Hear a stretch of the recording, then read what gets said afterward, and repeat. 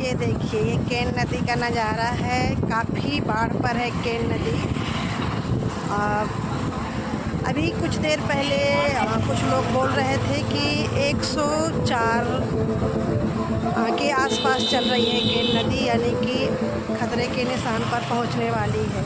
यह पैलानी क्षेत्र का सिंधन कला अतुर्री नाला के नाम से ये रपटा जाना जाता है।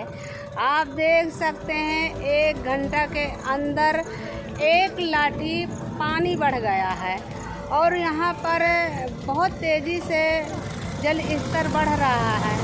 लोग नाव के सहारा चल रहे हैं। लोगों की जान जोखिम में है।